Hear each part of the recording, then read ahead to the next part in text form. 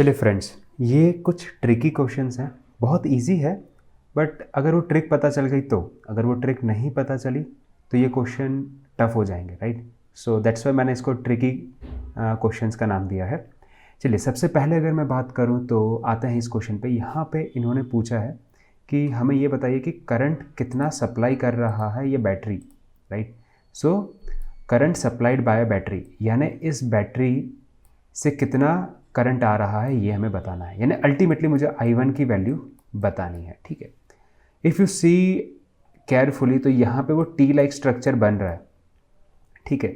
तो चलो उसी का यूज़ करते हैं। टी लाइक स्ट्रक्चर है तो इस नोड पे जो इनकमिंग करंट है वो क्या है? इधर से आने वाला I1 और यहाँ से जाने वाले दो करंट है I2 और I2।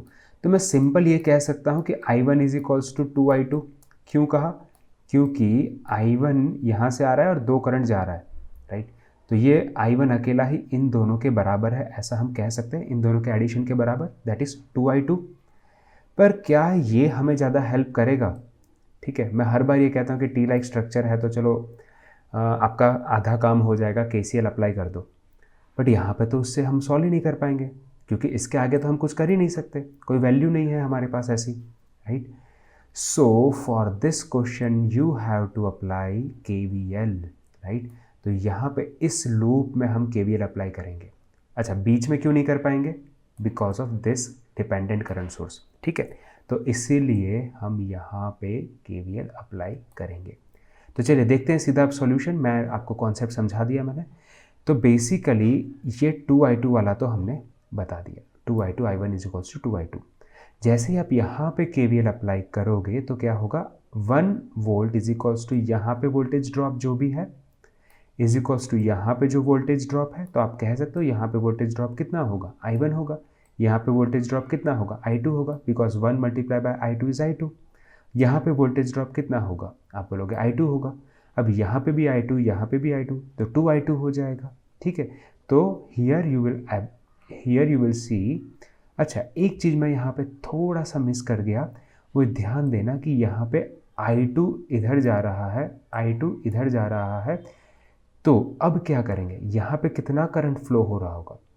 So instead of I1 आप वहाँ पे 2I2 भी लिख सकते थे, right? Because we know that because of equation 1। तो ये तो आपने बना लिया इक्वेशन 2। अब आप क्या करोगे? Instead of I1 you can just write this, तो आप इस इक्वेशन को बना लोगे। So this will gives you I2 is equals to 1/4, ठीक है? I2 is equals to 1/4 ampere. पर हमें क्या चाहिए?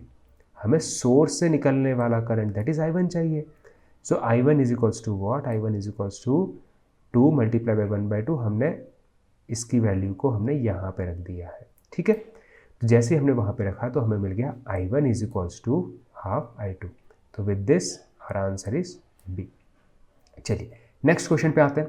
अगेन ये बहुत ही ट्रिकी क्वेश्चन है, अगर आपको नहीं वो कॉन्सेप्ट पता चला तो। In the portion of circuit like if the heat generated by 5 ohm resistance is 10 calories पर सेकेंड, यानी कि इसने 10 कैलोरी पर सेकेंड अगर हीट जनरेट की है, तो आप ये बताओ कि ये कितना जनरेट करेगा। देखो, देखने से तो ऐसा लगता है कि यार हीट जनरेट, ठीक है? तो heat generate is equal to I²R, ठीक है? अगर हम पहले ग्लांस में देखें और I² को गलती से भी मिस कर दिया ना हमने, तो हम क्या बोल सकते हैं कि देखो 5 ओम अगर 10 कर रहा है तो 4 कितना करेगा? 8 कैलोरी। बट लकीली यहाँ पे 8 ऑप्शन में नहीं है, ठीक है? तो आप ऐसी गलती करने से बच जाओगे, क्योंकि यहाँ पे दूसरा फैक्टर है I2, जो हीट जनरेट होगा वहाँ पे दूसरा फैक्टर I2² है, राइट? तो यहाँ पे और यहाँ पे अगर हमें करंट का रिलेशन पता चल जाए कि इस केस में जो करंट है और इस केस में जो करंट है वो कितना है, so if you observe carefully तो यहाँ पे हमें पता चल रहा है कि ये तो 10 ओम हो रहा है टोटल और ये यहाँ पे 5 ओम है। तो हमें पता है कि अगर दोनों चीज़ें पैरेलल में हैं, इसका मतलब वोल्टेज सेम होगा आपका। अगर वोल्टेज सेम है, रेजिस्टेंस हाफ हो रहा है या रेजिस्टेंस डिफ़र कर रहा है, तो करंट भी डिफ़र करेगा, ठीक है? तो अगर यहाँ पे करंट I है तो यहाँ पे डेफिनेटली करंट क्या हो जाएगा, I/2 हो जाएगा कि नहीं। क्यों? क्योंकि यहाँ पे रेजिस्टेंस डबल हो रहा है और वोल्टेज सेम है इन दोनों पॉइंट के बीच में, because both are in parallel. तो यहाँ पे अगर करंट I है तो यहाँ पे करंट I/2 हो जाएगा। अच्छा, मैं अगर ऐसा ले लेता हूँ कि चलो इंस्टेड ऑफ दिस, अगर मैं इस कंडीशन को लेता हूँ, ठीक है, सो इंस्टेड ऑफ I² मैं यहाँ पे I² ही रहने देता हूँ, कोई चेंज नहीं करता, ठीक है, but instead of R let me right 5, ठीक है।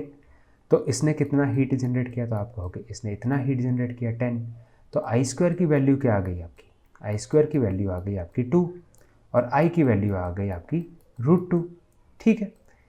तो अगर I की वैल्यू आपको पता चल गई तो आप H इज इक्वल्स टू, क्योंकि ये I/2 है, ठीक है, तो H is equals to I/2 का होल स्क्वायर मल्टीप्लाई बाई, क्या कर दोगे 4, 6 तो नहीं करोगे, 10 भी नहीं करोगे, सिर्फ 4, क्योंकि सिर्फ इसका पूछा है, हमें 4 का ही पूछा है, सो 4 से मल्टीप्लाई कर दिया। अब हमें क्या करना है, I के जगह पे, I² के जगह पे हम ये वैल्यू रख सकते हैं which is equals to 2, because I² is equals to 2, यहाँ से रख दो अगर √2 नहीं लिखना है तो, ठीक है, अपॉन 2 मल्टीप्लाई बाई 4, ये कैंसिल हो गया, तो 4 इज़ द आंसर, ठीक है। या सॉरी, एक चीज़ मैंने थोड़ी सी मिस कर दी, राइट, तो छोटी सी एक गलती यहाँ पे हो गई, ये 4 होगा, ठीक है, क्योंकि जब इसका स्क्वायर करेंगे I/2 का होल स्क्वायर तो ये हो जाएगा I² अपॉन 4, ठीक है, सो I² अपॉन 4, 4 और 4 कैंसिल हो जाएगा और आपको मिलेगा 2, so that's why 2 is the correct answer. So I hope ये आपको समझ में आ गया होगा, छोटी सी भी गलती बट फाइनली गलत हो जाता, ठीक है। थैंक यू सो मच, जय हिंद, वंदे मातरम।